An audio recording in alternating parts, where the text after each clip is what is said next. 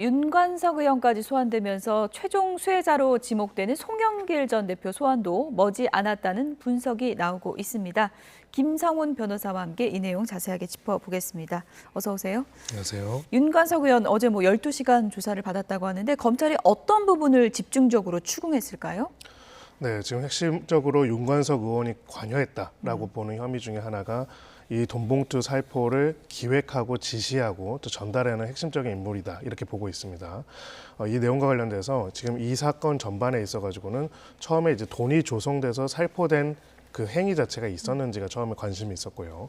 두 번째는 이제 그렇게 돈 봉투가 살포가 됐다면은 누구의 기획에 의해서 어떻게 조직적으로 만들어진 것인지가 핵심적인 내용이었고, 결국 이제 그 조직적이고 어떠한 목적이 있었다면은 그것이 당대표 경선과 어떤 관련성이 있는지가 세 번째 쟁점이었습니다. 물론 이 첫 번째, 두 번째, 세 번째는 하나의 사실관계에서 연관되기도 하고요.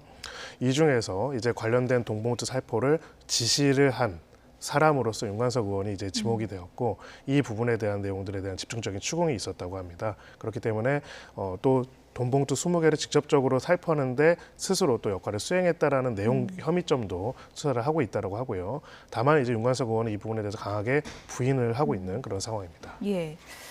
강래구 전 감사는 지금 이제 구속이 돼 있는 상황이고 지난주에 이제 현역 의원 조사가 시작돼서 이성만 의원 조사받고 어제 윤관석 의원 조사까지 받은 건데 이렇게 되면서 송영길 전 대표 쪽으로 바짝 다가섰다 이런 분석이 나오더라고요. 네, 그렇습니다. 아무래도 현역 의원 조사 같은 경우에는 충분한 준비가 갖춰지지 않은 상태에서 조사를 하기는 굉장히 어려울 거고요. 그런 면에서 이미 상당한 조사 자료들을 확보했을 가능성이 있다 이렇게 볼 수가 있습니다.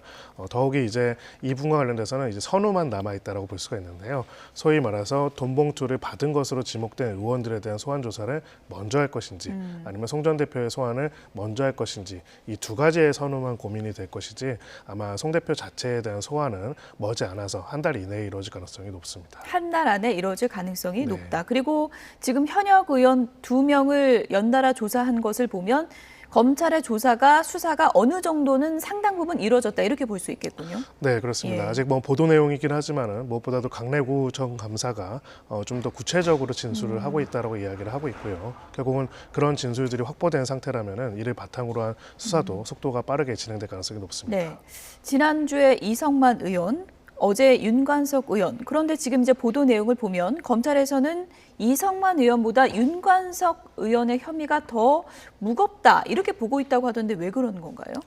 네, 우리 정당법 제50조에 보면은 당대표 경선 등에 있어가지고 매수 및 이해 유도죄라는 조항이 있습니다. 매수 및 이해 유도죄. 그렇습니다. 결국 이 사건에 있어서 핵심적으로 적용되는 조항인데요. 당대표 경선 등 선거에 있어가지고 누군가를 당선시키거나 당선을 안 시킬 목적으로 해서 금품을 살포하는 행위들에 대해 가지고 처벌하는 법규입니다. 흥미로운 거는 이거를 처벌하는 데 있어서 그런 목적으로 돈을 살포한 사람들에 대해서는 3년 이하의 징역형에 처하게 되어 있는데 이런 돈 살포를 지시하거나 권유하거나 알선한 사람에 대해서는 5년 이하의 징역에 처하게 되어 있습니다. 즉 이제 이런 행위가 통상적으로는 개인과 개인의 행위가 아니라 조직적으로 이루어지는 부분들이 있기 때문에 바로 그런 조직적인 지위와 역할, 지시를 한 사람들에 대해서 강하게 처벌하고 있는 거거든요. 지금 일단은 그 보도 내용에 따르다면은 일단은 강래구 전 감사의 일부 진술에 따르면은 지금 윤 의원이 이런 내용들을 전반적으로 지시하고 돈봉투 조성 및 살포를 직접적으로 기획하고 관여했다라고 보고 있기 때문에 이런 부분 때문에 훨씬 더 중한형으로 처벌할 수 있는 사안으로 보고 중대성을 보고 있다라고 보고 있고요. 영장 청구는 결국 또 증거인멸의 우려를 보게 되는데 아무래도 그 사실관계, 혐의점을 부인하고 있는 경우에는 인멸의 우려가 크다라고 보통은 검찰은 인지를 하는 편입니다. 네, 어쨌든 뭐 윤관석 의원은 여러 차례 이제 기자들에게 자신의 혐의를 이제 부인을 했었는데요. 자금 전달에 이제 의심되는 또 녹음 파일이 공개되기도 했었죠. 잠시 들어보겠습니다. 5명이 빠졌더라고. 오늘 안 나와갖고. 아니 모자라면 오빠 채워야지 무조건. 그래서 하는 김에 다 해야지.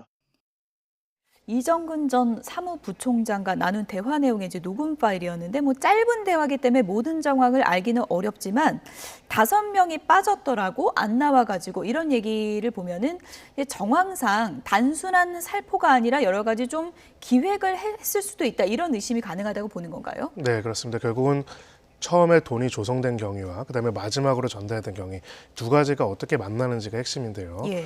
소위 말해서 수신인이 누구인지를 어떻게 미리 정해놓고 거기에 따라서 돈을 조성하게 요청해서 조성된 돈을 다시 그 애정된 수신인한테 보낸 이런 행위라면은 소위 말하는 정당법상의 이런 이해 유도죄에 해당될 수 있는 부분들이 구체적으로 입증될 수 있다라고 볼 수가 있습니다.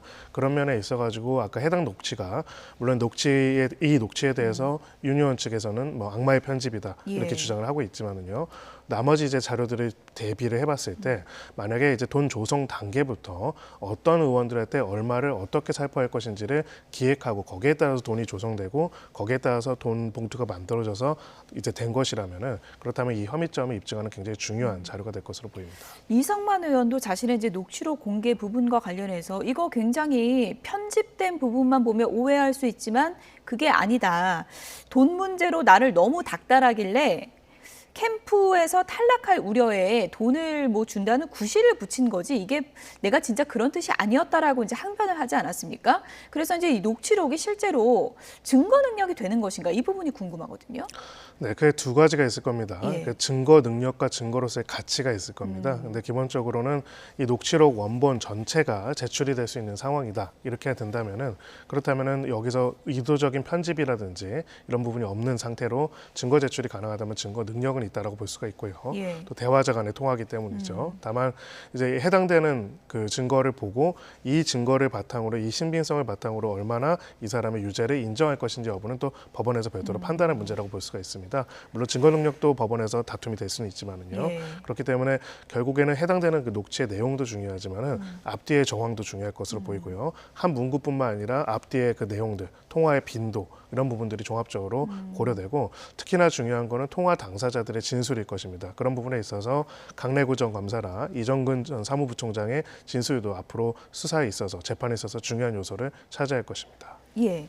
이제 관심은 윤관석 의원이요. 뭐 이성만 의원보다 혐의가 더 무겁다고 검찰은 보고 있는데 구속영장 청구할까요?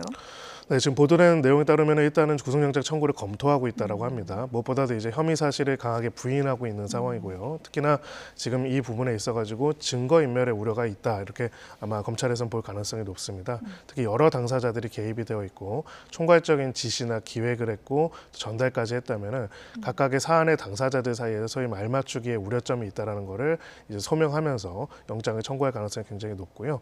결국 이 영장의 어떤 발부 여부 예. 여기에 따라 가지고 해당되는 수사에 어떤 얼마나 정당성이 있는지 또 관련된 수사 자료들이 뭐였는지를 예. 다시 한번 확인할 수 있을 것이고 현역 의원이니까 이제 체포동의안이 넘어올 거 아니에요? 그렇습니다. 국회로. 예, 그러니까 그럼 또- 의원들도 표결을 통해서 이게 결정이 되겠군요. 맞습니다. 이제 예. 그런 부분에서 이제 고민이 될 수가 있고요.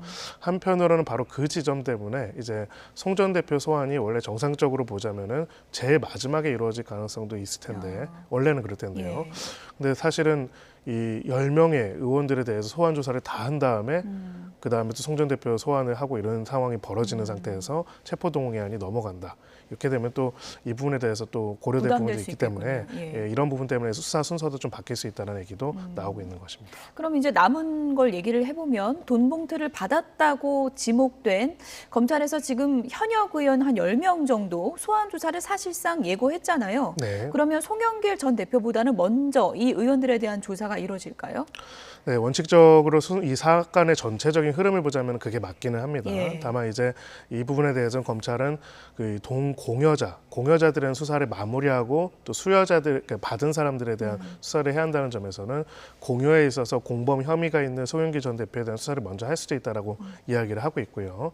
다만 이제 이 부분은 꼭 법률적인 부분보다는 이제 정치적인 부분도 고려를 할 가능성이 높다 예. 이렇게 생각을 합니다. 이제 이 부분에서 결국 이걸 받은 사람들까지 소환이 된다 보면은 해당되는 의원들까지도 적어도 이 사건에 있어서는 공범 관계가 될 수가 있거든요. 대항적이긴 하지만은요. 그렇기 때문에 이 부분에 있어서는 상당한 정치적 부담을 느낄 가능성도 있고 오히려 공여자 쪽의 수사를 마무리한 다음에 할 가능성도 조금은 있습니다. 하지만 여전히 예. 최종적인 이제 수사의 과정에 있어서는 송 전 대표가 이제 정점이 있다라는 걸 보고 수사를 하고 있기 때문에 그런 면에서는 송 전 대표를 최종 소환하는 것이 조금 더 가능성이 높다라고 생각합니다. 어떻습니까? 정당법에요. 이 돈 봉투를 살포한 사람 그리고 이 돈 봉투를 받은 사람 누가 더 처벌이 무거운 건가요? 원칙적으로는 이런 돈을 받는 것도 예. 보내는 것도 처벌은 똑같은 규정으로 되어 예. 있습니다. 다만 여기서 아까 말씀드렸다시피 이러한 부분들을 권유, 알선, 지시한 사람, 이 사람은 더 강하게 처벌을 하게 되어 있습니다. 즉 이런 부분은 정당법에 있어가지고 조직적으로 이루어진다는 것을 고려해가지고 예. 실제로 주고 받은 사람보다는 이거를 기획해서 지시한 사람을 더 엄하게 처벌하고 있는 것이죠. 예. 어쨌든 이제 추가로 소환되는 현역 의원이 누구인가 이 부분에 이제 언론의 관심도 집중이 될 텐데 뭐 녹취록만 보고 특정하진 않았을 것 같은데 뭐 관계자들의 진술도 주요할까요? 네, 그래서 어제 일부 보도에 따르면은 이제 강래구 전 검사가 그 중에서 한 6명 정도의 이름을 특정했다 이렇게 이야기를 했습니다. 즉 소위 말해서 돈을 어떻게든 조성한 다음에 이 돈을 가지고 나중에 어떻게 살포를 한 게 아니라 처음부터 누군가한테 줄 의도로 돈이 조성됐다는 것을 보여주는 단초가 될 수 있는 진술이 있고요. 그 진술에 따라 가지고 특정이 된 의원들이 있다면은 이제 그런 내용들이 나온 근거들을 바탕으로 해가지고 소환이 차례로 이루어질 가능성이 높습니다. 정점을 향해 가는 돈봉투 의혹 수사 짚어봤고요. 배우 유아인 씨 관련 내용도 좀 알아보겠습니다. 검찰에 영장 청구했던데요. 어떤 부분 때문일까요? 네, 소위 말하는 도주 및 증거인멸의 우려, 특히 그 중에서도 증거인멸의 우려가 핵심적인 내용이 될 가능성이 높습니다. 원래 이 단순 투약 사범 같은 경우에는 일반적으로는 바로 처음에 영장 청구를 안 하는 게 좀 더 많습니다. 특히나 이제 도주 우려가 낮은 경우에는요. 다만 지금 일단 경찰이 관련된 내용들을 이야기를 한 부분을 보면은 추가적인 지금 대마 이외에는 추가적인 투약 혐의 사실을 부인하고 있고 무엇보다도 그 투약에 있어서 공범들이 존재한다라는 이야기를 하고 있고요. 그 공범 중에 일부를 도피시키고자 했던 정황도 보인다는 점에서 증거인멸의 우려가 있다라고 판단을 했다라고 일단 보고 있습니다. 근데 이 부분이 이제 또 법원에서 얼마나 받아들여질지는 이런 객관적인 상황들을 바탕으로 판단이 될 것으로 보입니다. 공범자가 이제 미술 작가라고 알려져 있는데 도피를 유아인 씨가 직접 도왔다는 건가요? 일단은 지금 보도 내용이 좀 제한적이긴 하지만은요. 도피를 종용하거나 교사하거나 주선했다라는 정황이 있다라는 식으로 이야기를 했고요. 그런 면에 있어 가지고는 바로 공범들의 진술 그리고 공범들의 경험 이런 부분들도 이 사건에 있어서 중요한 증거가 되기 때문에 그 부분을 증거인멸의 우려가 있다라고 판단한 것으로 보입니다. 다만 이제 이 내용들이 얼마나 사실관계에 부합하는지는 또 법원에서 소명을 해봐야겠죠. 끝으로 간략하게요. 뭐 호화 변호인단 꾸렸다고 하는데 처벌 수위는 어느 정도 예상해 볼 수 있을까요? 네, 결국은 이제 어느 종류의 마약을 어느 정도로 투약했는지에 대한 검찰의 입증에 달려 있다 이렇게 보여집니다. 결론적으로는 뭐 호화 변호인단이라고 하더라도 어떻게 보면 마약 범죄 같은 경우에는 양형 기준이 굉장히 딱 정해져 있는 편입니다. 그렇군요. 그래서 어떤 마약을 얼마나 투약했는지, 유통에 관여했는지, 그리고 이런 부분들을 종합적으로 고려하기 때문에 결국 유아인 씨가 지금 부인하고 있는 대마 이외의 투약 부분에 대해 가지고 이 부분에 대해서 기소를 할 경우에는 기소에 따른 입증을 얼마나 하는지가 그 형량에 있어서의 관건이 될 것으로 보입니다. 네, 주요 사건 김성훈 변호사와 정리해봤습니다. 고맙습니다. 감사합니다.